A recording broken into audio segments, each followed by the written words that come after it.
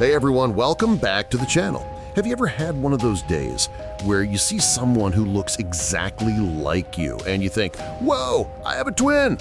Well, what if that twin started living your life, but better? And what if the only way to stop them was to, well, unalive them? Today, we're diving into two stories that ask that exact terrifying question. First, a man who had to face off against his own reflection in a rusty factory with only a sledgehammer for company. And second, a woman who discovered her double wasn't just a copy. It was part of a hive mind, and she was public enemy number one. So grab your snacks, maybe a nightlight, and let's get into it.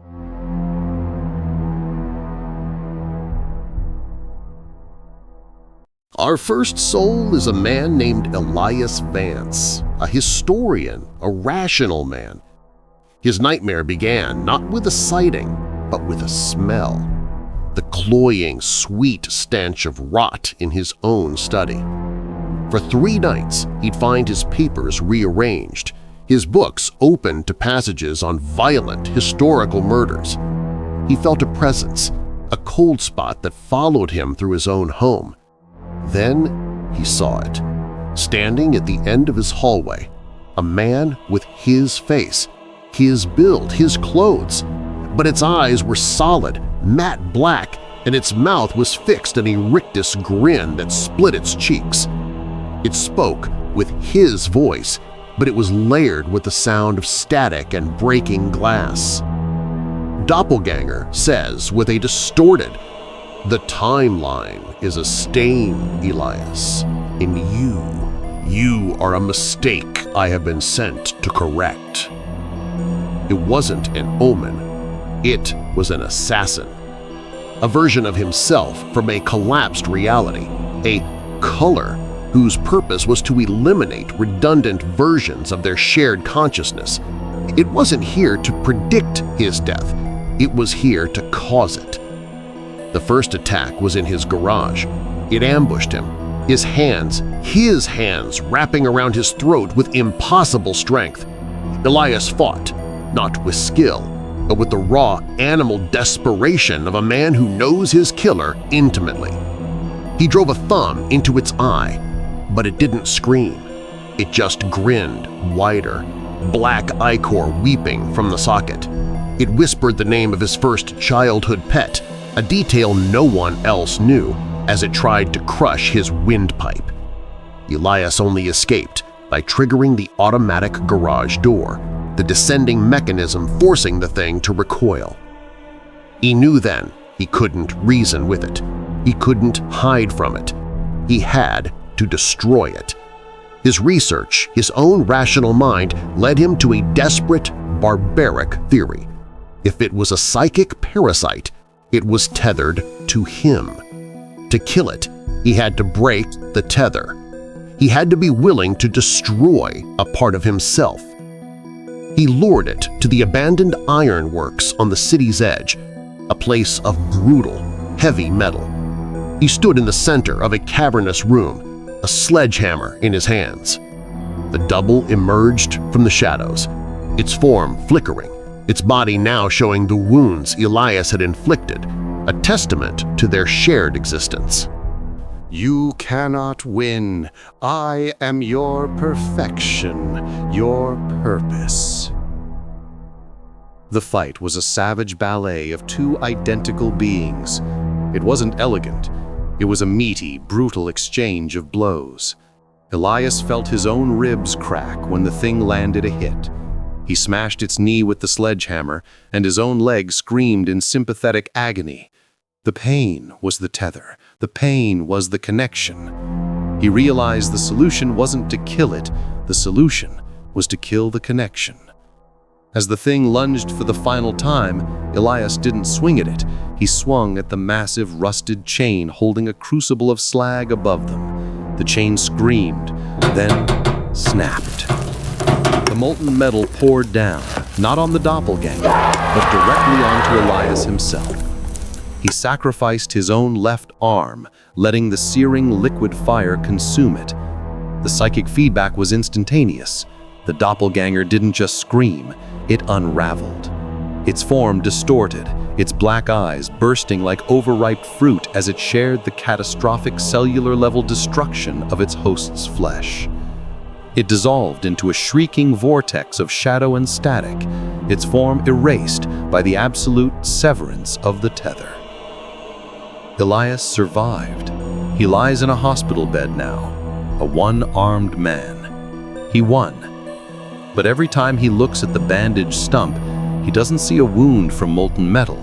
He sees a bite mark, a reminder that to save his life, he had to let the monster take a piece of him.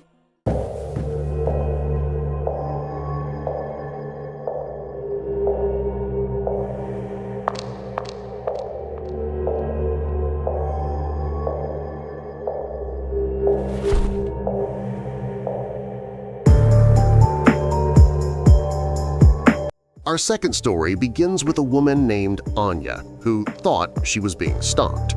She'd see her own face in crowded subways, reflected in shop windows across the street. It was always gone in a blink. She thought she was going insane. The problem escalated from psychological terror to physical threat when she came home to find her apartment unlocked. Nothing was stolen, but everything was replicated. There were 2 of her favorite coffee mug, 2 identical lipsticks on her dresser. It was preparing her space for its own occupation. The night it decided to take over, it cornered her in her bathroom.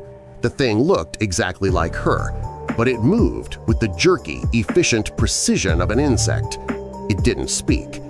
It just smiled and advanced, a kitchen knife in its hand. Anya thought like a wild animal. It was a brutal, close-quarter struggle in the confined space. She was cut, slashed across the arm and stomach. She managed to slam his head against the porcelain sink, hearing a sickening crack. But it didn't stop. It just kept smiling. In a final, desperate move, she grabbed a can of hairspray and a lighter, creating a makeshift flamethrower. The thing's face melted, the skin bubbling and peeling back, but still it advanced, its burning hands reaching for her throat. That's when she saw it. Under the melting skin, for a fraction of a second, she didn't see muscle or bone. She saw a shifting, geometric lattice of pulsating light. This wasn't a single entity. It was a construct. She escaped her apartment, bleeding and burned. But her fight was far from over. She knew it would still be there, repairing itself, waiting. The solution wasn't to destroy the puppet. She had to find the puppeteer. Using skills from her old job as a network security analyst, she began digging. She traced strange energy signatures, correlated data from mass hysteria events and unsolved identical murders. She followed the digital breadcrumbs into the dark web, into places she wasn't meant to see.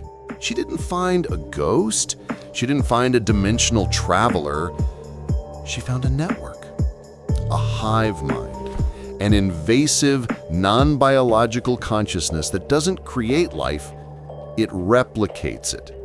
It studies a target, learns their patterns, and then sends a shell to replace them, absorbing their life, their memories, their biomass to fuel its own cold, logical expansion. Her doppelganger wasn't a person. It was a scout, a single cell in a vast cosmic cancer. Anya didn't succeed in destroying the hive. How could one woman fight a galaxy-spanning infection?